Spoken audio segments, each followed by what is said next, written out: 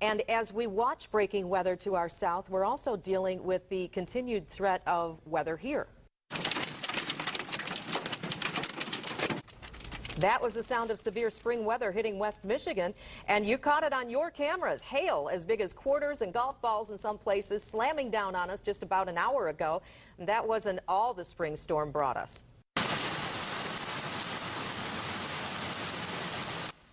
Heavy rains came with it. Sometimes it almost looked like a monsoon outside the window, and that led to some flash flooding in the urban areas around Grand Rapids, including on Fulton, where several cars and a semi got stuck in the water. The storm team 8's been following the system. Let's get an update right now on what's still ahead of us. Bill, what are you seeing? Well, first of all, if you're west of 131, you're pretty well done with the storms. If you're east of 131, there's still a chance of a shower or a storm yet during the evening hours. Let's go straight to Storm Track Live right now and show you what's out there. As you can see, we still have some showers and thunderstorms. There is only one warning, and that is for Gratiot County up here. These storms are not warned for. We don't think they're severe. But again, if you were to draw a line from just west of Mount Pleasant to Grand Rapids down to just southwest of Kalamazoo, this area is going to stay dry here and actually fairly sunny during the evening hours. If you are to the east of this line, there's certainly the chance of a shower or a thunderstorm. Heaviest storms in Kent County here produced hail up to golf ball size around Leonard and the East Beltline. There were many reports of hail, also several trees down at Rivertown Crossing and also on the northeast side of Grand Rapids as well. We also had reports of hail up to golf ball size up in Mecosta County as well. Kyle's going to be tracking that for you here in just a second. Here's what it looks like from aloft. You can see the heaviest storms there off to the northeast of Grand Rapids and fairly clear conditions off to the west. Here's the way it looks for the evening. If you're going to be heading out, temperatures here will be in the low 80s. We'll see temperatures fall back into the low 70s by around 1 a.m. It will be a rather muggy night here in West Michigan.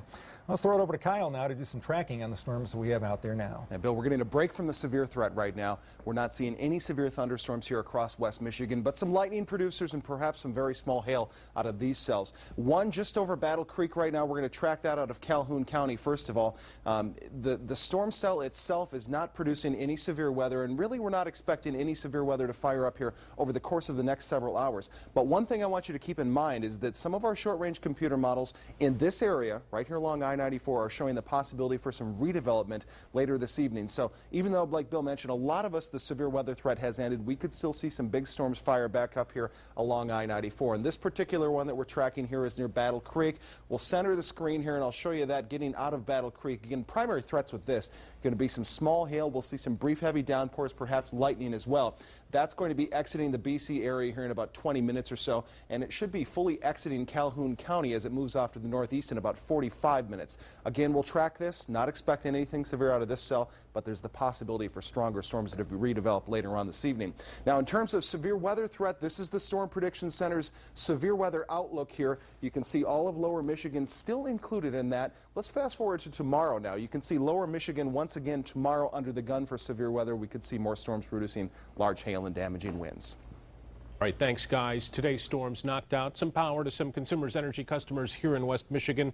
Consumers tells us about 3,000 customers are affected, most of them north of Cedar Springs and Greenville, and some in Newaygo, Kent, and Montcalm County. They don't know yet when the power might be back on.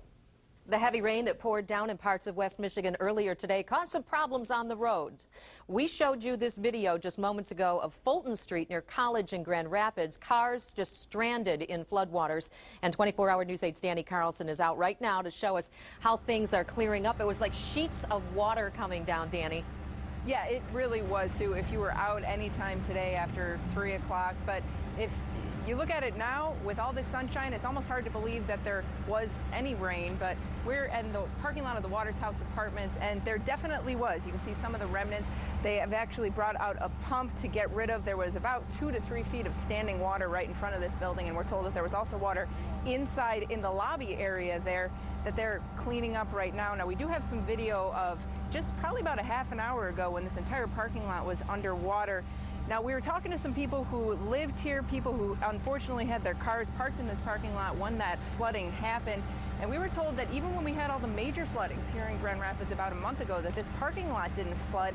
But the theory is that since so much rain came down so quickly and since there was a fair amount of wind, I don't know if you could see before when we were showing you the video, there is a significant amount of debris in this parking lot. So the thought process is the debris just plugged up some of those drainage grates and that's why the water just backed up and filled up and actually covered some of these cars here. Probably had about a foot to a foot and a half of water inside of them. One woman that we talked to actually had some standing water in her car, and this is how she described it to us.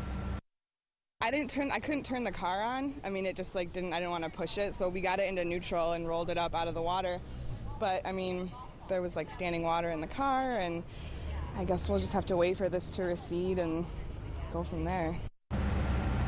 Telling us that she's going to have to probably file an insurance claim and kind of see what happens. Now, we do plan to stay on top of this, and you'll hear more from her coming up tonight at 24 Hour News 8 at 6. Live in Grand Rapids, Sandy Carlson, 24 Hour News 8.